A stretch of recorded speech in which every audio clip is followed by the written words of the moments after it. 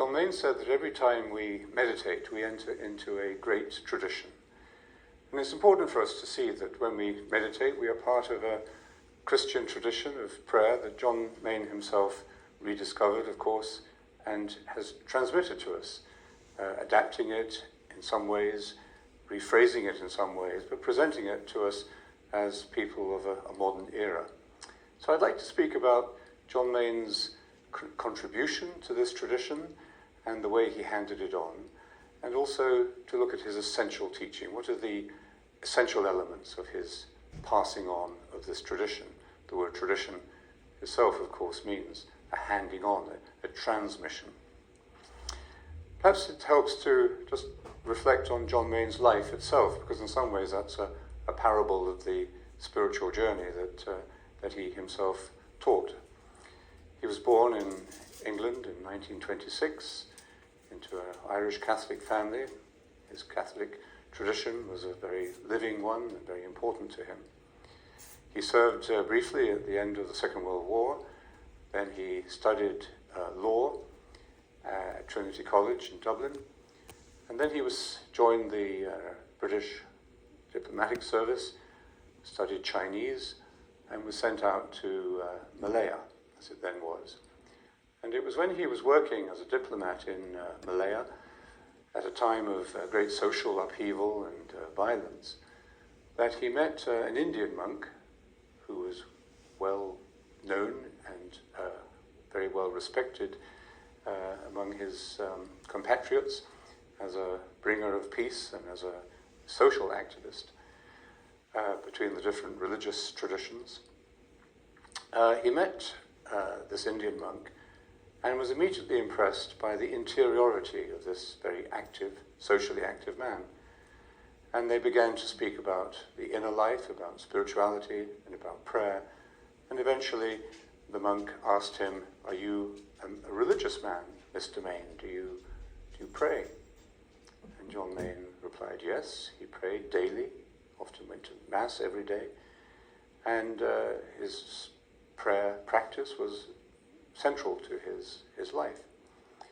And the monk listened to this and said, well, that's wonderful to find a man of the world who is committed to a spiritual practice. And he then began to speak about his own understanding of prayer and described it as the prayer of the heart, or meditation. And as he described this way of meditation, John Main was intrigued and moved. The monk said to him, when we meditate, we believe that we are entering into the heart where the spirit of the one who creates the universe dwells within us and in silence is loving to all. And John Main, for him, this was an intuition about the indwelling of the Holy Spirit. As they talked more about meditation, the monk described how you make this journey from the mind to the heart by taking a mantra, a sacred word, and repeating this word or phrase continually in the mind and heart until it opens the heart and quietens the mind. So again, John Main was intrigued and recognized some elements of his own teaching, his own tradition. And he asked the monk, could you teach me as a Christian to meditate in this way? The monk said, well, of course, it will make you a better Christian. So John Main began to meditate under the guidance of this monk, took a Christian word as his mantra, and integrated morning and evening about half an hour of meditation into his other ways of prayer and his daily life. When he returned to Europe, he became a professor of international law at Trinity College again, and eventually, after a few more years, became a Benedictine monk. When he became a monk, he was looking forward to being able to talk about this way of prayer that he had integrated into his life, which had led him even to becoming a monk. But he was disappointed a little when his novice master heard about it and told him that, well, really, this isn't a Christian way of prayer, you should give this up. So, in those days, monks were still obedient. So he gave up this way of prayer. Of course, he continued to pray in the other monastic forms that he was being trained in, studied theology, and eventually came back and became headmaster of a Benedictine school in Washington, D.C. And it was at this time, at a very busy time in his monastic life, dealing with the problems of a large institution and at a difficult period in history in the late 60s, it was then that a young American student came to visit the monastery and asked about Christian mysticism. He'd been to India, he'd been to Japan, he'd been to Korea and so on, and he was interested in meditation, and when he came home he wanted to check out his Christian roots. And John Main was asked to guide him. And he guided him, first of all, by sending him back to the Desert Fathers. These were the early Christian monks. And it was there in the works of John Cassian, great teacher of St. Benedict, that John Main recognized, rediscovered the teaching of meditation as a way of Christian prayer, as part of his own historical, theological, spiritual tradition. And in the 10th conference of Cassian in particular, he found the teaching on the mantra, or the formula, as Cassian calls it in Latin. And he recognized this as essentially the same teaching as the Jesus prayer of hesychasm in the Orthodox Church. So this was the great awakening, or re-coming home of John Main to his practice of meditation. And within quite a short time, he began to realize that this was an essential aspect of the Christian life of prayer, not only for monks, not only for specialists, but for everyone. And he recognized the growing spiritual hunger among people in our time for deeper inner experience.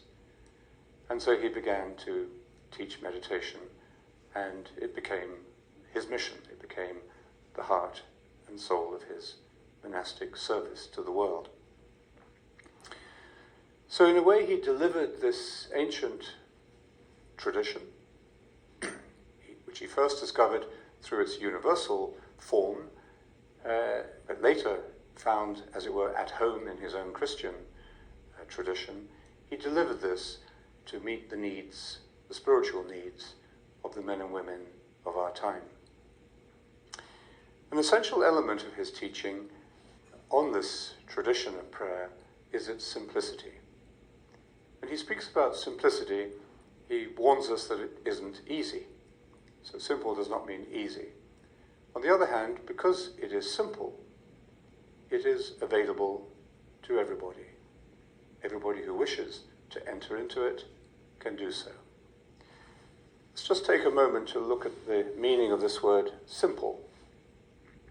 It comes from the Latin simplex, which was a word used by tailors to describe the way rolls of cloth were folded. And if you folded a roll of cloth many times, it became complex. If you unfolded it so that it had no folds, it was completely open, then it becomes simplex.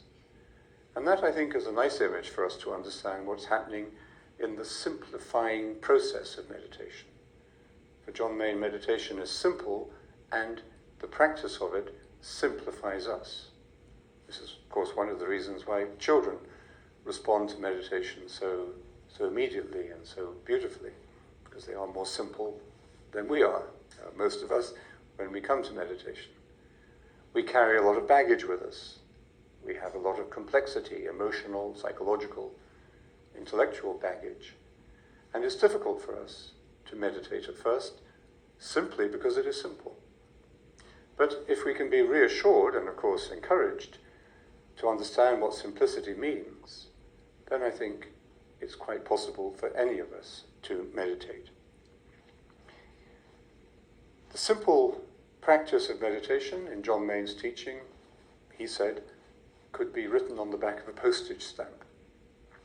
He was exaggerating a little maybe, but he believed very much that it's the practice, the simple practice, which is our teacher, which opens us to a depth of experience through which the Spirit is quite obviously forming us, shaping us, and instructing us. And this was his essential teaching. To meditate, we sit down, we close our eyes, we sit still.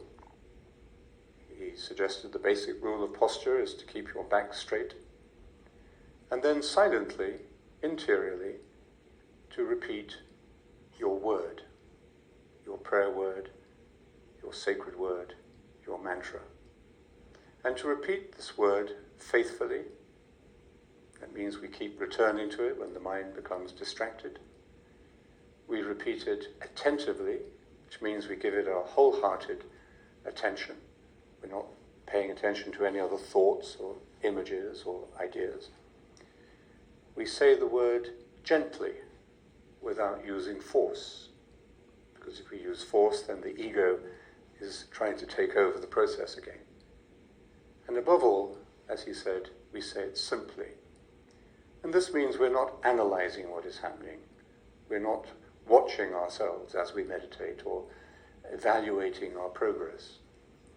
This is one of his key points in his teaching, really, is that when we meditate, we should not try to experience the experience, but to enter into the experience wholeheartedly. Some time ago, I was talking to a small group of people who were interested in starting a meditation group, and most of whom had never meditated before. And after the talk and the meditation, I asked them if they had any questions or comments. And one of them, a businessman who just come from work that day, asked me, how long was the meditation? I said, about 20 minutes. And he said, well, that's amazing. He said, I could have been 20 seconds or 20 hours. He said, I had no sense of time. And he said, this is the first time I've meditated. And amazingly, he said, I went to a place I can't describe. Words really fail me, but I can just say it was a place I'd never been to before, a place of immense peace and joy. And he said, I'd read about this, but I'd never experienced it before. And then he said, what is even more amazing is the fact that I'd had a day which was so bad. I felt so soiled by it because I was in a rage all day. I couldn't control my temper. I was a really horrible person all day. And so I come here in the evening, I meditate for the first time, and this is what I discover. So we talked about it for a little while. And what it taught me was something that John Main emphasizes, that meditation is not a technique. It's not a way of twisting God's arm or getting something out of God. Contemplation in the Christian tradition is a grace. It's a gift. Something we don't earn. It's something we don't buy. It's not the result of an expert mastery of a technique.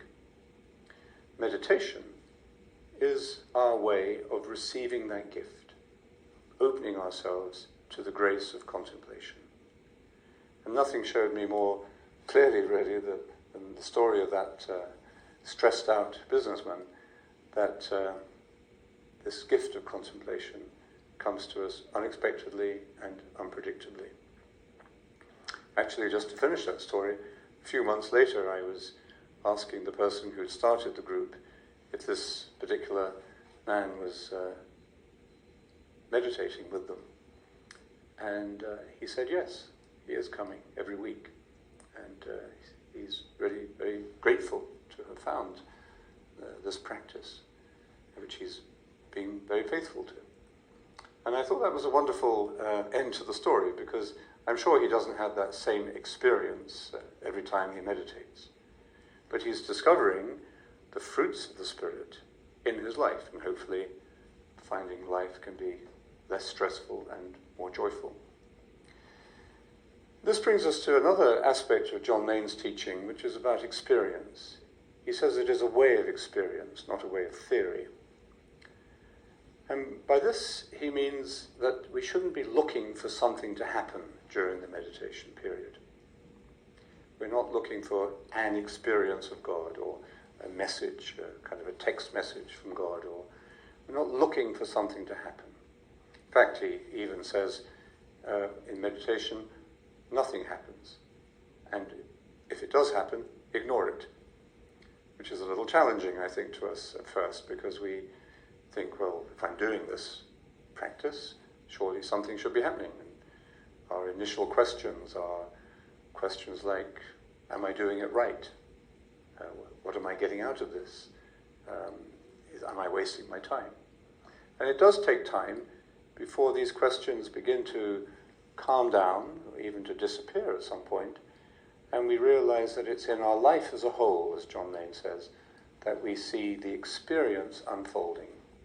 So we're not looking for experiences specifically, but we're opening ourselves to an inclusive experience that eventually touches every corner, every fiber, atom of our life and our being, and we see the fruits of the Spirit emerging through this faithful, gentle discipline of silence. For John Main, this practice of meditation is ultimately mysterious.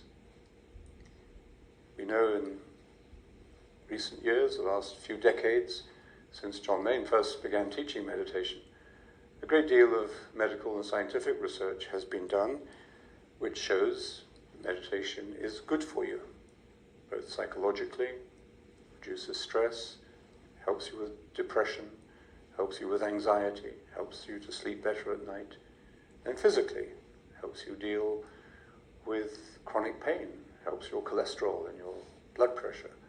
So we know that all of these benefits of meditation are well tried and tested. John Main's emphasis, of course, was on the fruits, the spiritual fruits. And for him, it was an opening to the mystery of our own being and the mystery of our being within the being of God. So we can call meditation, as he does, the prayer of being. In meditation, we're not thinking about God, we're not speaking to God, we're not asking God for favors or interventions on our behalf. Those are valid forms of prayer at other times, of course. But in meditation, we are simply being who we are. We're not playing a role, we're not pretending to be better than we are, we're not playing up our sinfulness in order to get God's mercy. We're simply being who we are. And that's why meditation is a shortcut, in a sense, or certainly a direct path to self-knowledge. And John Main is very much in this tradition of understanding prayer as a way to self-knowledge, because self-knowledge is the basis of our knowledge of God. We cannot know God without knowing ourselves. And this mystery that we enter into is this mystery of knowledge. Be still and know that I am God. And the mystery of knowledge that arises from a way of unknowing. Not by using our mind, our memories, our analysis, our thoughts, or our imagination. All of that is valid, but it's at another time. But this is a way of unknowing, letting go of our familiar horizons and our familiar filters and our familiar preconceptions about reality. John Main was very much in the tradition that understood the mantra as a way to poverty of spirit. This is exactly how John Cassian describes it, that by the renunciation of all the riches of thought and imagination, we come directly, he says, to the first of the Beatitudes, to poverty of spirit. And that's why in John Main's teaching there is such an emphasis upon the fidelity to the mantra and the continuous repetition of the word. In recommending us to say the word continuously during the meditation, he's very much in the tradition of Cassian, of the hesychastic tradition of the Jesus prayer, or the cloud of unknowing. And the reason we say the word continuously is because the word is designed through this discipline not only to calm the mind and to lead us to peace. That man I was telling you about certainly had experienced that, the kingdom of God within us. But ultimately, the mantra, the daily practice, meditation, is to lead us beyond ourselves, ultimately beyond our self-consciousness. The final step, of course, is grace. We can't make that final step by ourselves. But saying the mantra continuously prepares us. It allows us to lay aside our thoughts. Another way of understanding prayer in the spirit of the Desert Fathers and Mothers. By laying aside our thoughts, we eventually can lay aside ourself. So in meditation, we are very much putting into practice the teaching of Jesus on prayer. And when he tells us to leave self behind, or no one can be a follower of mine unless he leaves all his possessions, this is something we can experience in the mystery of meditation itself. For John Main, this mystery is really also the mystery of Christ. For John Main, all of prayer cannot be reduced to a technique or even a method, he says, because the essential meaning of prayer in the Christian understanding is the prayer of Jesus that is flowing continuously in our hearts. So when we speak about prayer in the Christian understanding, it's not my prayer that we're speaking about, or my experience of prayer. It's more than that. It's about our going beyond ourselves, transcending the ego identity, which would keep us thinking all the time about my experience or my prayer, or what am I getting out of it. We go beyond that ego formula, and we move into the prayer of Jesus himself. This is the heart of John Main's teaching on meditation as a Christian way of prayer, that we go beyond ourselves into union with the prayer of Christ, and we go through his humanity, with him, in him, and through him, to the Father in the Spirit. And this echoes beautifully the teaching of St. Paul on prayer, when he says, for example, we do not know how to pray. Strange statement when you think of all the different forms of prayer we have. But we do not even know how to pray, but the Spirit prays within us deeper than words. So it's this Christocentric, Christ-centered understanding of prayer and of the purpose of meditation that is really at the heart of John Main's understanding of meditation. It's for this reason that he understands it as a way of love. In the Christian tradition, we always understand contemplation as the work of love. This is exactly actually how the Cloud of Unknowing refers to it, the work of love. And we can understand this, perhaps very simply, by thinking of the work we have to do to say the word, to say the mantra, the work of attention, because our mind is constantly moving around, jumping from the past to the future, or ending up in long, fantastic conversations or daydreams. So, when we say the word, we are paying attention to the word and laying aside all of those other thoughts. And it isn't very long before we realize that this work of attention is essentially the work of love. And it's not surprising then that in John Main's teaching we see two great metaphors for understanding meditation. One is the metaphor of relationship, especially relationships of love, in which we expand our awareness and our being beyond our ego centricity, so that we can turn wholeheartedly towards another and give ourselves to the other. And to understand meditation too as a journey, not something that we just achieve overnight or something that we can reduce to an effective technique, but a human journey that actually integrates the whole of our life's journey, from birth to death, and integrates every part of our being in the process, body, mind, and spirit. So let me just end by describing the essential teaching in terms of the practice, as John Main taught it. For him, there were two aspects to the discipline. He liked the word discipline because maybe it's a bit challenging for us today, although many people are quite specifically looking for a discipline, a spiritual practice that they can trust and commit themselves to. For John Main, the word discipline was a good word to describe meditation because, as he says, it is a learning process. And the word discipline means a learning. It comes from the Latin discere, to learn. So we need discipline to learn anything. But the practice of a discipline also teaches us something deeply and experientially.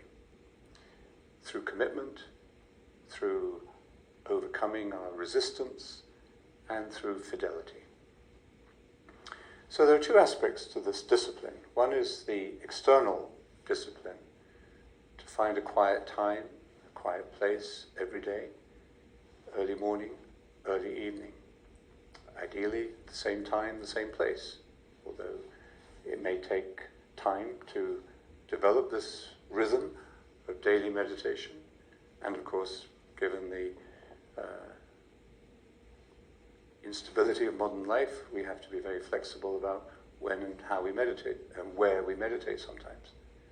But basically to see the day as balanced between and with these two moments of silence and stillness and simplicity. John Main recommended that we commit ourselves to this practice, even if it takes us 10 years before we develop this rhythm, but to keep our eyes on it. And the meditation group, the weekly group, the sense of belonging to a community of fellow pilgrims, all of this is immensely helpful for developing this daily discipline that is so transformative of our daily lives. So that's the external discipline, the daily practice, sitting still, sitting silently. He emphasizes quite strongly the importance of sitting still, not scratching your ear or your nose, and really learning to let go of those physical fidgets and distractions as well. And then, of course, there is the interior discipline, the discipline of reciting the word faithfully, attentively, gently, and simply, letting go of thoughts as they arise, letting go of our self-analysis. These two aspects of the discipline are very liberating. For John Main, discipline was a way to liberty of spirit. And to discover that, to discover the fruitfulness and the liberating power of this discipline, is one of the great discoveries of my own life, and I think a great discovery that awaits anyone who just begins this journey. As John Main often encourages us by saying, all you have to do is to begin and keep on beginning, and everything you need to complete the journey will be given to you. And I can only say that has been my experience.